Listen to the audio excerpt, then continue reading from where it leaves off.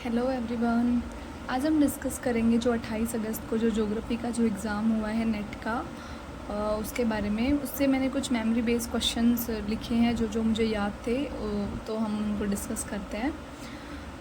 तो उनमें जो मैंने ऐसे सीरियल वाइज तो याद नहीं है, बट जैसे कुछ कुछ क्वेश्चन मुझे याद थे, जिसमें ऑलमोस्ट 80-90 समथिंग क्वेश्चन याद थे, तो मैं आप सब वो कवर कराना चाहती हूँ। फर्स्ट क्वेश्चन था, which cultural realm is known as marginalize realm. आप लोगों ने पेपर दिया है, आप लोगों को भी याद होगा कि ये कल्चरल रिलम के बारे में पूछा हुआ था कि किसको सीमांत रिलम बोलते हैं।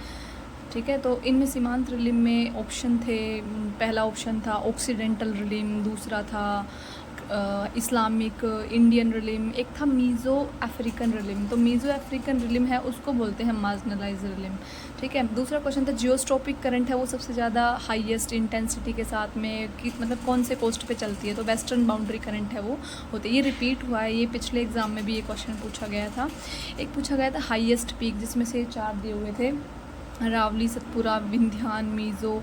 लास्ट टाइम भी इस टाइप का क्वेश्चन पूछा गया था, जिसमें पूछा गया था कि वेस्टर्न घाट और ऐसे मतलब 2-3 दिए हुए थे, तो उनमें से पूछा हुआ था कि साउथ में किसकी सबसे ऊंची चोटी है। मतलब ऑलमोस्ट जो 18 तारीख को जो पेपर हुआ था उसी का पैटर्न फॉलो किया गया है, बस थोड़े कंसेप्ट चेंज किए गए हैं।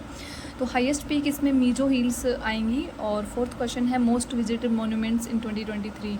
मतलब सबसे ज़्यादा कौन सा मोन्यूमेंट से विजिट किया गया था। ये करंट अफेयर का क्वेश्चन था, जिसको टूरिज़्म से रिलेट करके पूछा गया है, जिसमें ताजमहल था, कोणार्क टेम्पल था, ये ऑप्शन में थे। मेनली इसका आंसर ताजमहल, करंट अगर आप देखते हो तो ताजमहल को बोला गया है। एक क्वेश्चन था कि इंडियन स्कॉलर्स को क्रोनोलॉजिकली लगाना था, जिसमें ऑप्शन थे भारद्वाज, आर्यभट्ट, वरहामिरा, चरक। पहले भारद्वाज आएंगे, फिर चरक, फिर आर्यभट्ट, फिर वरहामिरा। और अगर ऑप्शन मुझे करेक्ट याद नहीं है, आप लोगों को याद हो तो आप अपने हिसाब से देख, आप जब आंसर की आएगी तब देख लेना। बाकी इंडियन स्कॉलर्स पूछे गए थे। ठीक है, एक स्टेटमेंट दी गई थी कि history should be studied in the context of geography and entire geography should be treated as history. ये स्टेटमेंट है, ये हेरोडोटस की है, जिनको हिस्ट्री का जनक भी कहा जाता है। ठीक है, एक क्वेश्चन था Davis cycle of erosion influenced by. यही क्वेश्चन सेम लास्ट टाइम भी पूछा गया था, लेकिन उसमें वो था स्टेटमेंट बेस्ड था, लेकिन ये सीधा ऑप्शन बेस्ड थे। इसमें डेविस साइकिल को इन्फ्लुएंस बताया गया था और सीधा उनका नाम लिखा गया था। तो इसमें डार्विन का जो डेविस साइकिल ऑफ इरोजन है वो डार्विन की ओरिजिन ऑफ स्पीसीज से इन्फ्लुएंस्ड है। ठीक है, एज सिटी का कंसेप्ट पूछा गया था, ये लास्ट टाइम ऑनलाइन जो एग्ज़ाम हुआ था, मतलब ऑफलाइन वाले से पहले, उसी के अंदर ये सेम पूछा गया था। एज सिटी किसने दिया है, गैरेविल ने दिया है। हार्टशोन सेफर की डिबेट से क्वेश्चन आया था। स्टेटमेंट्स थी कि हार्टशोन है वो एरियल डिफ्रेंशिएशन को मानते हैं, शेफर है वो एक्सेप्शनलिज्म को मानते हैं। एक में था कि शेफर एरियल डिफ्रेंशिएशन को मानते, तो वो गलत थी, उसका एलिमिनेट करना था। और एक इडियोग्राफी को नोमोथेटिक अप्रोच से क्वेश्चन आया था। इसके अंदर पूछा गया था कि जो इडियोग्राफिक नोमोथेटिक में कुछ स्कॉलर्स के नाम दिए गए थे कि ये इडियोग्राफी को फॉलो करते हैं, ये नोमोथेटिक को फॉलो करते हैं। उसके अलावा हम्बोल्ट, ये स्टेटमेंट बेस्ड क्वेश्चन था कि Humboldt give the concept of systematic geography, यानी कि हम्बोल्ट ने सिस्टमेटिक ज्योग्राफी का कंसेप्ट दिया है और रिटर ने रीजनल ज्योग्राफी का। इससे रिलेटेड क्वेश्चन था, तो ये दोनों स्टेटमेंट सही थी। एक क्वेश्चन था कि रिमलैंड क्वेश्चन ये था कि ज्योग्राफी ऑफ पीस रिलेटेड है, तो वो रिमलैंड थ्योरी से रिलेटेड है। ज्योग्राफी ऑफ पीस है वो स्पाइकमैन ने लिखी थी, और ये बुक है 1942 में उन्होंने लिखी थी, लेकिन उनकी डेथ हो गई थी 1943 में। उनकी डेथ के 1 साल बाद इस बुक को पब्लिश किया गया था 1944 के अंदर। ठीक है, तो ये ज्योग्राफी ऑफ पीस है वो रिमलैंड से रिलेटेड है। Which concept is related radical Marxist. ये कंसेप्ट मतलब एक स्टेटमेंट दी हुई थी कि ये रेडिकल मार्क्सिस्ट है वो कौन सी विचारधारा से संबंधित है। तो इसमें ऑप्शन थे फेमिनिस्ट से, ह्यूमनिस्ट से, बिहेवियरलिज्म से, पॉजिटिविज्म से। तो पॉजिटिविज्म तो जो क्वांटिटेटिव को मानता है वो था, बिहेवियरलिज्म जो कि शांत ह्यूमन बिहेवियर को मानता है, ह्यूमनिस्टिक जो ह्यूमन्स को, सिचुएशन को, ह्यूमन्स को मानते हैं। फेमिनिस्ट एक ऐसी विचारधारा थी जो रेडिकल मार्क्सिस्ट को मानती है। ठीक है, तो ये अभी तक हमने 13 क्वेश्चन कवर कर लिए हैं। उसके बाद में आता है 14th क्वेश्चन जो मैंने लिखे हैं उसमें से। इसमें ये था कि who is not related to humanistic geography. इसमें कुछ ऑप्शंस दिए हुए थे कि ह्यूमनिस्टिक ज्योग्राफी से कौन सा रिलेटेड नहीं है, जिसमें किर्क था, वोलपर्ट था, और एक और ह्यूमनिस्टिक ज्योग्राफी से ही रिलेटेड था, और एक अलग से ऑप्शन था जिसको हमें मार्क करना था। एक था behaviouralism approach given by Allan Pred, Hoover, Smith, Weber, ये पूछा गया था, तो एलन प्रेड के द्वारा दी गई थी। एक बुक का नाम पूछा गया था our wandering continent book, Du Toit ने दी है ये बुक पूछी गई थी। इसमें 2-3 ऑप्शंस थे। एक डीप इकोलॉजी से क्वेश्चन था, इसमें स्टेटमेंट्स थी। लास्ट टाइम भी 18 जून वाले एग्ज़ाम में भी डीप इकोलॉजी से क्वेश्चन आया था, लेकिन इस बार स्टेटमेंट थोड़ी अलग थी, तो उसमें थोड़ा कंफ्यूजिंग स्टेटमेंट थी बड़ी और थोड़ा सा बस एक एलिमिनेट करनी थी उसमें। एक था trenches of Pacific Ocean north to south लगानी थी। पैसिफिक ओशन की जो ट्रेंचेज है इस तरह से लगानी थी, तो ये सेम मैंने ऑर्डर लगाया हुआ है, ये सेम ही पूछी गई थी। उसमें था पहले क्यूरेला आएगी, फिर बोनिन है जो फिलीपींस के पास है, फिर टोंगा है, फिर लास्ट में कर्मेडिक ट्रेंच है, तो इस तरह से इनका सीक्वेंस है। एक पूछा गया था पैंक के मॉडल में जो एबेस्ट्री जेंडे एंड विकलिंग है वो किस मतलब कौन सी स्टेज है, या फिर इस तरह से पूछा गया था, तो ये लास्ट स्टेज है जिसको पेनेप्लेन बोला है, जिसको पैंक ने एंड्रम्प बोला है, वो स्टेज है ये। उसके अलावा क्रोनोलॉजी पूछी गई थी डेविस के मॉडल की, कि ये जो स्लोप रिप्लेसमेंट जो डेविस का मॉडल था, स्लोप डिक्लाइन मॉडल, उसके अलावा ये पूछा गया था कि किस तरह से क्या स्टेज होते हैं, तो पहले कॉन्वेक्सिटी आती है, फिर इस तरह से था ये, पहले कॉन्वेक्सिटी आती है, फिर फ्री फेस आता है, फिर रेक्टिलिनियर आता है, सबसे लास्ट में कॉनकेव बोलते हैं। उसके बाद डेविस के मॉडल का ये जो अपलिफ्टमेंट और डाउन वाला जो बीच का जो एरिया है इसको क्या बोलते हैं, ये पूछा गया था, तो इसको रिलेटिव हाइट बोलते हैं। एक पूछा गया था कि इनको मैच द फॉलोइंग क्वेश्चन था ये, कार्लसबर्ग ब्रिज कौन से ओशन में है, इंडियन ओशन में, प्यूर्टो रिको अटलांटिक में, अल्बाट्रोस प्लेटू साउथ पैसिफिक ओशन में है, कमचटका जो है वो नॉर्थ पैसिफिक में है। एक पूछा गया था जो एम्स्टर्डम रिज है वो कौन से ओशन में है, तो ये काफ़ी चारों ऑप्शंस थे, चारों ओशंस के, तो इसमें इंडियन ओशन आएगा एम्स्टर्डम, जो हम देखते हैं जिसमें इधर है वो लकेडिव छागोस है, सेंट पोल है, फिर उसके बाद में इधर मतलब नीचे आके यहाँ से कि एम्स्टर्डम है, तो एम्स्टर्डम है वो इंडियन ओशन में है। अभी तक हमने डिस्कस कर लिए 33 क्वेश्चंस। अब हम आते हैं 34th क्वेश्चन पे। इसमें भी मैच द फॉलोइंग पूछा गया था, कुछ बुक्स दी हुई थी कि किस किसने दी है, तो कल्चर्स ऑफ सिटीज़ है ये एल ममफोर्ड की बुक है, the growth of the city ये बर्गिस की बुक है, अर्बनिज्म लाइफ ये लास्ट टाइम भी पूछा गया था, ये way of urbanism is the way of life Wirth की है ये, city region evolution of cities, इनमें से एक थी मुझे करेक्टली याद नहीं आ रहा है, बट ये लगभग 2-3 बुक इनमें से ही थी, इवोल्यूशन ऑफ सिटीज़ है वो गिडीज़ की है। उसके अलावा अर्बन इकोलॉजी का कंसेप्ट पूछा गया था कि अर्बन इकोलॉजी का जो कंसेप्ट है वो किस पे बेस करता है, तो इसमें ऑप्शन थे कंसेंट्रिक जोन पे, सिटी एंड इन्वायरमेंट पे, मल्टीपल न्यूक्लियाई पे, सेंट्रल प्लेस पे, तो मेरे हिसाब से ये कंसेंट्रिक जोन पे करना चाहिए, क्योंकि सबसे पहले 1925 के अंदर जो बर्गिस थे उन्होंने ही अर्बन इकोलॉजी से रिलेटेड ये कंसेंट्रिक जोन मॉडल दिया था, और आप लोग चेक कर लीजिएगा। उसके अलावा था थॉर्नथवेट के पैरामीटर पूछे गए थे। थॉर्नथवेट के पैरामीटर्स में जैसे जो उसने नहीं दिया वो पूछा हुआ था, उस ऑप्शन मुझे करेक्टली याद नहीं है। उसके अलावा था which layer is known as Kennelly Heaviside layer, ये पूछा गया था कि कौन सी आयनोस्फेयर की कौन सी लेयर है जो किनले हेविसाइड नाम से जाने जाते हैं, तो ई लेयर है जिसको हम किनले हेविसाइड लेयर बोलते हैं, जिसमें ऑप्शन थे ई, एफ, डी, जी लेयर, ठीक है। एक पूछा गया था कि जो गैसेस हैं इनको क्रोनोलॉजिकली लगाना था, जिसमें argon, CO2, helium, hydrogen, same यही थी, सीक्वेंस हमें बैठाना था बस, बाकी चारों ऑप्शन में यही थी। अभी मैंने जो लगाया हुआ है वो सेम सीक्वेंस है, क्योंकि आर्गन है वो 0.09% है,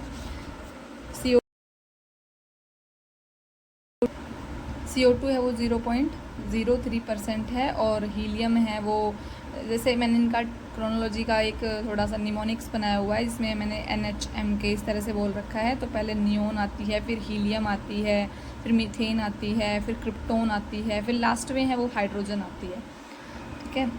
तो इस तरह से मैंने याद किया हुआ था। फिर नेशनल हेल्थ पॉलिसी 2017 से स्टेटमेंट बेस्ड क्वेश्चन बने थे, इसमें भी काफ़ी मतलब अगर आप थोरोली अगर 2017 की उसको पढ़ा है तो आप उसको एलिमिनेट कर पाते। उसके अलावा ग्लोबल वार्मिंग कौन कौन सी गैसेस है वो कोज करती है, ये इस तरह का क्वेश्चन था, A, B, A, C, A, D, मतलब इस तरह से स्टेटमेंट बेस्ड था। तो इसमें N2O है जो ग्लोबल वार्मिंग कोज करती है, और CH4 है। उसके अलावा ये पूछा था कि CBD यानी कि कन्वेंशन ऑन बायोलॉजिकल डाइवर्सिटी को किसने रेटिफाई नहीं किया था, तो ये USA है, ये बार बार क्वेश्चन रिपीट होता रहा है, किसने रेटिफाई नहीं किया था, तो USA ने नहीं किया था। अभी तक हमने 41 क्वेश्चन कवर कर लिए हैं। एक क्वेश्चन था कि अमेरिका में जो साइक्लोन्स है वो किस मंथ में ज़्यादा आते हैं, तो काफ़ी ऑप्शन थे जिसमें अप्रैल टू जून था, नवंबर टू जनवरी था ना, सितंबर टू जुलाई था, इस तरह से। तो मेनली जैसा मैंने गूगल पे भी चेक किया और तो कुछ और सोर्सेज में भी देखा तो अप्रैल टू जून बोला गया है। उसके अलावा एल्बिडो से क्वेश्चन था, ये हर बार बन रहा है, लास्ट टाइम भी था, उससे पहले भी था। एल्बिडो से हर बार क्वेश्चन आता है। मेनली मुझे बीच के ऑप्शन मुझे याद नहीं है कि ये इस जगह क्या थे, लेकिन मैंने एलिमिनेट किया था इस तरह से कि फर्स्ट में क्लाउड है और लास्ट में वाटर है, इस तरह से किया था। तो पहले क्लाउड आएंगे फिर वाटर आएगा, क्योंकि वाटर की एल्बिडो सबसे कम होती है, एब्जॉर्ब ज़्यादा करते हैं। उसके अलावा एक क्वेश्चन था atmosphere absorption of incoming solar radiation is more than, statement based question था कि जो हीट बजट से क्वेश्चन था कि एटमॉस्फेयर के अंदर जो इनकमिंग सोलर रेडिएशन आती हैं वो ज़्यादा होती हैं अर्थ के बजाय, लेकिन 14% है वो एटमॉस्फेयर करता है, 51% अर्थ करता है। ये बहुत कंफ्यूजिंग था मेरे लिए, क्योंकि अर्थ है वो वापस से टेरेस्ट्रियल रेडिएशन के थ्रू एमिट भी कर देता है, मतलब 2 घंटे बाद में। तो काफ़ी स्टेटमेंट थी इसमें, ये हीट बजट से क्वेश्चन था, 2-3 स्टेटमेंट थी इसमें। उसके अलावा एक क्वेश्चन था साउथ टू नॉर्थ इनको अरेंज करना था। लास्ट टाइम इनका हेडक्वार्टर्स इनको मैच द फॉलोइंग पूछे गए थे, सेम यही इन चारों के, अब की बार इनको साउथ टू नॉर्थ लगाया हुआ है। तो सबसे साउथ में आसियान है, क्योंकि आसियान है वो इंडोनेशिया, थाईलैंड, बैंकॉक, इन कंट्रीज़ का है। उसके बाद में सार्क है वो साउथ एशिया एसोसिएशन नेशंस का है, जिसमें इंडिया है, बांग्लादेश है, नेपाल है, भूटान है ना। ओपेक कंट्री है वो जो अरेबियन कंट्रीज़ हैं, और जो अफ्रीका की जो कंट्रीज़ हैं उनका है। ईयू है वो यूरोपियन यूनियन, यूरोप की कंट्रीज़ का है। उसके अलावा एक क्वेश्चन पूछा गया था कि सेकेंडरी एक्टिविटी को क्या बोलते हैं, तो ब्लू कॉलर बोलते हैं। प्राइमरी को रेड कॉलर, सेकेंडरी को ब्लू कॉलर, टर्सरी को वाइट कॉलर, ठीक है, क्यूनरी को गोल्ड कॉलर। उसके अलावा आता है कॉन्टिनेंटल ड्रिफ्ट थ्योरी के कुछ एविडेंसेस पूछे गए थे, जिसमें से कौन सा नहीं है, इस तरह के पूछा गया था। एक था इंडियन ओशन की जियोपॉलिटिक्स के बारे में, जिसमें बोला हुआ था, एक स्टेटमेंट है कि चाइना ने स्ट्रिंग ऑफ पर्ल बनाया है ना, इंडियन ओशन में अपना दबदबा दिखाने के लिए। तो ये सही था स्टेटमेंट। एक था कि अमेरिका कोई कोशिश नहीं कर रहा है इंडियन ओशन के अंदर, लेकिन ये गलत था स्टेटमेंट, क्योंकि अमेरिका ऑलरेडी डिगो ग्राशिया जो हमारा एक अटोल है उसके ऊपर ऑलरेडी वहाँ पे विद्यमान है, ठीक है। और एक क्वेश्चन है कि वॉन थुनेन के मॉडल से क्वेश्चन आया था, इसमें भी स्टेटमेंट बेसिक क्वेश्चन था ये। इसमें बोला हुआ था कि जोन 5 है उसमें 3 ईयर तक हेलोलैंड को छोड़ना है, ऐसा लिखा है वॉन थुनेन ने। एक ये स्टेटमेंट था कि जैसे जैसे मार्केट से दूर जाते हैं लैंड यूज़ है वो कम होता जाता है, लेकिन मेरे हिसाब से ये गलत है, क्योंकि मार्केट प्रोडक्शन में और मिल्क गार्डनिंग में उनमें लैंड यूज़ कम होता है, बल्कि जैसे जैसे दूर जाते हैं लैंड यूज़ बढ़ता जाता है। तो ये गलत होगा इसमें। एक था वेबर की थ्योरी से, वेबर की थ्योरी की कौन सी एजम्पशन नहीं है, तो उसमें मेरे बाकी जो RM1 RM2 ये बोली हुई थी कि लोकेशन ट्राइंगल से RM1 मिड में, ऐसे इस तरह से मिड में जा, इसमें इस तरह से स्टेटमेंट दी हुई थी, जिसमें एक स्टेटमेंट थी इक्वल एडिशनल ट्रांसपोर्टेशन कॉस्ट को मिलाने वाली लाइन को आइसोडापेन कहते हैं, लेकिन एक्चुअल में इन लाइंस को आइसोटिम बोलते हैं। आइसोडापेन इक्वल ट्रांसपोर्टेशन कॉस्ट को मिलाने वाली लाइन को बोलते हैं, एडिशनल को मिलाने वाली को आइसोटिम बोलते हैं। इसमें एजम्पशंस थे कि लोकेशन ट्रायंगल के बारे में भी पूछा हुआ था, और एक RM मतलब रॉ मटेरियल 1 रॉ मटेरियल 2 कहाँ पे इंडस्ट्री लगाएंगे, इस तरह का था। तो उसमें गलत एक एजम्पशन बतानी थी, तो अगर हम इसको गलत बता रहे थे एक, तो हो रहा था सही, एक की गलत बतानी थी। उसके अलावा अभी तक हम डिस्कस कर चुके हैं 60 क्वेश्चन। ओके, अब चलते हैं 61 पे। लोग्स के मॉडल से क्वेश्चन था, जिसमें कुछ दिए हुए थे स्टेटमेंट। डिमांड को उनका यूज़ किया है लोग्स ने, के वैल्यू का मान बढ़ता ही जाता है, इस तरह का यूज़ किया है। रोटेशनल हेक्सागन का यूज़ किया है। एक और स्टेटमेंट था जिसको एलिमिनेट करना था। उसके अलावा क्वेश्चन था, पैसेज के क्वेश्चन थे। एक पैसेज है वो अर्बन ज्योग्राफी से था, दूसरा पैसेज है वो कार्टोग्राफी से था। तो पहला पैसेज अर्बन ज्योग्राफी से था, उसके मुझे 2-3 क्वेश्चन याद हैं, जिसमें पहला था कि कोनब्रेशन जो टर्म है वो किसने दी है, तो पैट्रिक गिडीज़ ने दी है। एक मेगापोलिस जो टर्म है वो जीन गॉटमैन ने दी है। एक ये पूछा हुआ था कि बोस्टन से वॉशिंगटन तक फैले हुए इस पूरे शहर को क्या बोलते हैं, तो उसको मेगालोपोलिस बोलते हैं। और इसी से रिलेटेड 1-2 क्वेश्चन और थे जो मुझे अभी याद नहीं आ रहे हैं। उसके अलावा एक क्वेश्चन ये पूरा कार्टोग्राफी से था, एक पैराग्राफ जिसमें पूछा हुआ था कि क्वालिटेटिव मैप किसको बोलते हैं, तो उसमें 4-5 स्टेटमेंट दी हुई थी। एक था कि पॉलिटिकल मैप बनाने के लिए कौन से मेथड यूज़ करते हैं, तो क्रोक्रोमेट्रिक यूज़ करते हैं। एक प्लेटिव का कलर पूछा गया था, तो उसमें ऑप्शन मुझे करेक्टली याद नहीं है, उसमें येलो कलर ऑप्शन में था नहीं, उसमें ब्राउन कलर था, लाइट ब्राउन था, डार्क ब्राउन था, रेड था, ब्लैक था, ठीक है। उसके अलावा एक क्वेश्चन था कि सिंपल कलर शेड को क्या बोलते हैं, इस तरह से स्टेटमेंट थी उसमें। और फिर एक लैंड फॉर्म से पूछा गया था जिसमें इरोजनल लैंड फॉर्म्स पूछी गई थी। इसमें ये 4 स्टेटमेंट थी, जिसमें फर्स्ट स्टेटमेंट थी कि लैपीज, जुजेन, ट्रेंच डिस्पर्स, सी केव्स, तो ये सारे इरोजनल हैं। सेकंड स्टेटमेंट में टोम्बोलो है और ये डिपोजिशनल है। थर्ड ऑप्शन में था सैंड ड्यून्स है, वो डिपोजिशनल है, ठीक है। एस्कर भी डिपोजिशनल है ग्लेशियो फेलुवियल का। उसके अलावा blind valley, yardang, stack, stalagmite, इन दोनों में मुझे कन्फ्यूज़न था, लेकिन ये एलिमिनेट हो रहा था क्योंकि इसमें स्टैग्लेग्माइट है और ये एक डिपोजिशनल है, तो इसमें फर्स्ट ही आएगा। लैपीज़ है वो अंडरग्राउंड वाटर से बनती है, कास्ट टोपोग्राफी है। जुजेन है वो विंड बनाती है, और ट्रेंच स्पर्स है जब रिवर है वो बहती है, जिसको इंटरलॉकिंग स्पर्स भी बोलते हैं, इस तरह से बनते हैं ये। और सी केव्स है वो भी क्या बोलते हैं, सी वेव्स बनाती हैं, ये भी इरोजनल है। इसके अलावा वेदरिंग से रिलेटेड कुछ स्टेटमेंट दी हुई थी। इसमें पहली थी कि केमिकल वेदरिंग है वो कार्बोनेशन के अंदर होती है। एक थी कि मैकेनिकल वेदरिंग है जिसके अंदर फ्रीज एंड था का एक्शन होता है। एक थी कि मैकेनिकल वेदरिंग के अंदर प्लांट का कुछ बताया हुआ था, रूट का, लेकिन प्लांट्स के से रिलेटेड, वेजिटेशन से रिलेटेड बायोलॉजिकल वेदरिंग के अंदर होता है। तो करेक्टली मुझे इन चारों स्टेटमेंट याद नहीं है, लेकिन वेदरिंग से रिलेटेड थी। एक अर्थ मूवमेंट से रिलेटेड था कि ओरोजनी है वो किससे रिलेटेड थी, उसमें माउंटेन बिल्डिंग होता है। एपिरोजनी में कॉन्टिनेंट्स बनते हैं। उसके अलावा फोल्डिंग से रिलेटेड था। मैच द फॉलोइंग बहुत ज़्यादा पूछे गए थे अब की बार। और एक था कि कॉन्टिनेंटल प्लेट से क्या बना है, तो हिमालयाज़ बने हैं। हवाई है वो प्लेट बाउंड्री पर, ऐसे स्टेटमेंट थी। ये मैच द फॉलोइंग नहीं था, ये स्टेटमेंट थी कॉन्टिनेंटल से हिमालय बने हैं। एक इस तरह की थी जो हवाई है वो प्लेट बाउंड्री पे है, तो प्लेट बाउंड्री पे नहीं है हवाई है वो मेंटल प्लूम पे सिचुएटेड है, यानी कि हॉटस्पॉट से बनते हैं हवाई आइलैंड। रॉकीज़ है वो कॉन्टिनेंटल ओशियनिक है। मतलब इस तरह से 4-5 स्टेटमेंट थी जो कि माउंटेन बिल्डिंग से रिलेटेड थी, यानी कि प्लेट की बाउंड्रीज से रिलेटेड थी। इस तरह से मतलब सारी तरह की बाउंड्रीज इसमें बताई गई थी। एक सुनामी से रिलेटेड था। सुनामी का जो सेम क्वेश्चन लास्ट टाइम आया था वो ही रिपीट हुआ है, बस स्टेटमेंट में कुछ फ़र्क था 1-2 में, बाकी सेम सा ही था। एक इक्मन ट्रांसपोर्ट से पूछा गया है। इक्मन ट्रांसपोर्ट में सबसे पहला ही स्टेटमेंट था कि सरफेस ओशन करंट को डिफ्लेक्ट करता है। ये इक्मन ट्रांसपोर्ट जो इस तरह से लगता है जैसे ये फ्लो है सरफेस का, मतलब ओशन करंट्स है जो सरफेस वाली ओशन करंट्स हैं उन पे लगता है। जैसे ये फ्लो है तो इसको इस तरह से डिफ्लेक्ट करता है, अगर ये फ्लो है तो इसको इस तरह से, मतलब 45 डिग्री के एंगल पे डिफ्लेक्ट करता है जिस पे लगता है ये, ठीक है। उसके अलावा करंट से क्वेश्चन था कि कौन सी कोल्ड करंट है इनमें से, तो ऑप्शन थे Labrador, east Australia, Kuroshio, Brazil. तो लेब्राडोर करंट है वो एक कोल्ड करंट है। वेक्टर डाटा मॉडल से क्वेश्चन था, स्टेटमेंट दी हुई थी, एलिमिनेट करने से मतलब एलिमिनेट करना था। बाकी कंफ्यूजिंग स्टेटमेंट थी, अब की बार स्टेटमेंट वाले क्वेश्चन थे ना उनमें थोड़ा कंफ्यूजन हुआ था, बाकी तो सही थे काफ़ी क्वेश्चंस। तो अभी तक हमने 80 क्वेश्चंस कवर कर लिए हैं। एक क्वेश्चन था कि मॉनसून को इफेक्ट करने वाला कारक नहीं है, तो बहुत सारे उसमें स्टेटमेंट दिए हुए थे जिसमें वेस्टर्न डिस्टर्बेंसेस बताया गया था। उसके अलावा मतलब जेट स्ट्रीम बोला गया था एक ऑप्शन में, एक में ओशन सर्कुलेशन के बारे में बोला गया था।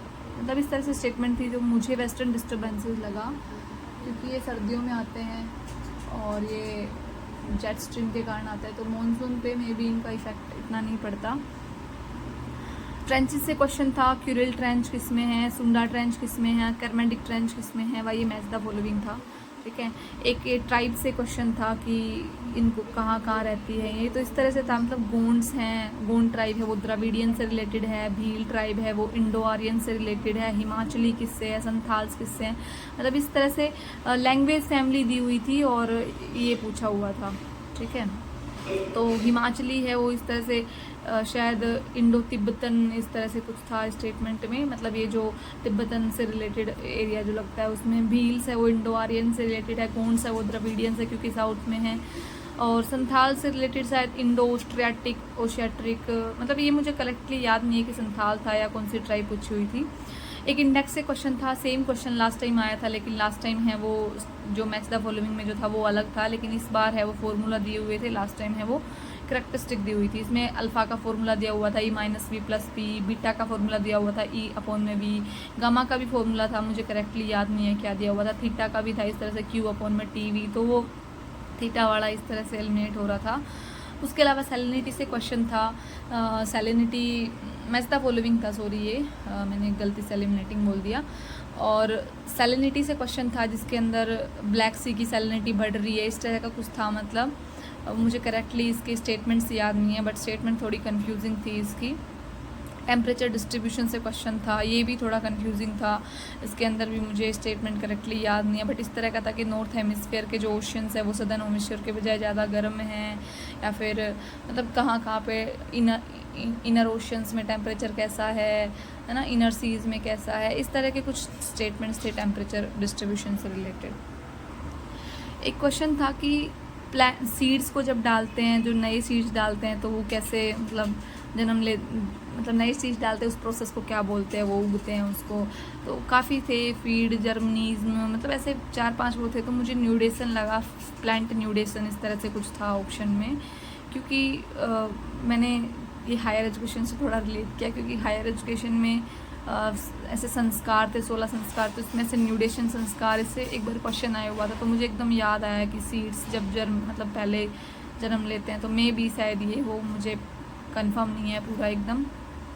उसके अलावा एक क्वेश्चन था कि ट्रांजिशन लाइन को क्या बोलते हैं दो इकोसिस्टम के बीच की, तो इको लाइन बोलते हैं इसको।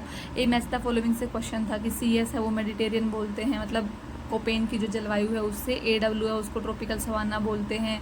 AS है वो तमिलनाडु कोस्टल रीजन में पाई जाती है ना। BS है वो सेमी एरिड एरिया में मिलती है। उसके अलावा बेसल कन्वेंशन से क्वेश्चन था, जिसमें ये था कि बेसल कन्वेंशन के अंदर एक्सपोर्ट पे बैन किया जाता है हैजर्डस वेस्ट के। एक क्वेश्चन था कि transboundary movement of hazardous waste को प्रोहिबिट किया जाता है।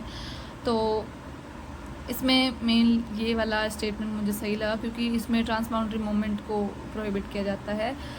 ठीक है। एक एरियल फोटोग्राफ का स्केल पूछा हुआ था, मतलब हमें डेटा दिया हुआ था, हमें निकालना था, तो ऑप्शन इस तरह से कुछ थे, तो मुझे करेक्टली याद नहीं है इसके क्या डेटा था।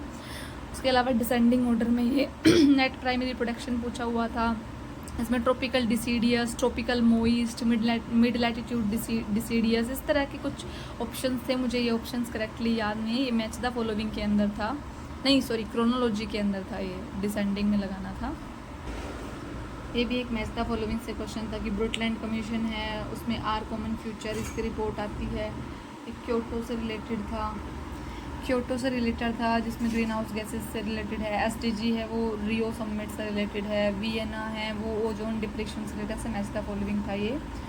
डेवलपमेंट रिपोर्ट्स पूछी गई थी इंडियन ज्योग्राफी से कि कमांड एरिया डेवलपमेंट है ये कब आई, डेजर्ट डेवलपमेंट प्रोग्राम कब आया, इनको क्रोनोलॉजिकली लगाना था। ये मुझे करेक्टली ध्यान नहीं है कि कौन कौन से पूछे हुए थे। एक बाउंड्री और फ्रंटियर से रिलेटेड स्टेटमेंट्स दी हुई थी। एक काउंटर माइग्रेशन से रिलेटेड था कि काउंटर माइग्रेशन क्या होता है, मतलब माइग्रेशन का उल्टा। इसमें इस तरह से स्टेटमेंट थी, पहला ही ऑप्शन ये था कि अर्बन टू स्मॉल टाउन्स की तरफ जाना, मतलब जैसे भीड़ भाड़ वाले एरिया से शांत एरिया में जाना, इसको काउंटर माइग्रेशन भी बोलते हैं। जैसे मैं पढ़ा था, ये माइग्रेशन की धाराओं के अंदर भी आता है ये। ठीक है। उसके अलावा कोल एंड नेचुरल गैस के डिस्ट्रीब्यूशन से था, उसमें ऑप्शन था Russia is the leading producer of natural gas, और USA के अंदर सबसे ज़्यादा कोल माइंस, मतलब इस तरह से मिलते हैं। इस तरह से इससे क्वेश्चन था, स्टेटमेंट्स थी 4-5, मुझे करेक्टली याद नहीं है स्टेटमेंट्स, लेकिन इससे क्वेश्चन था नेचुरल गैस से। ठीक है। तो अभी मुझे इतने 97 के समथिंग क्वेश्चन याद आए, 1-2 क्वेश्चन माइंड से स्किप हो रहे हैं, बाकी आंसर की आती है तब देखते हैं। बाकी जो मुझे याद था वो मैंने आप सभी के साथ डिस्कस किया। और प्लीज़ मेरे चैनल को सब्सक्राइब और लाइक शेयर ज़रूर करें, और थोड़े रिव्यू देना ना भूलें कि मुझे क्या चेंजमेंट करना चाहिए।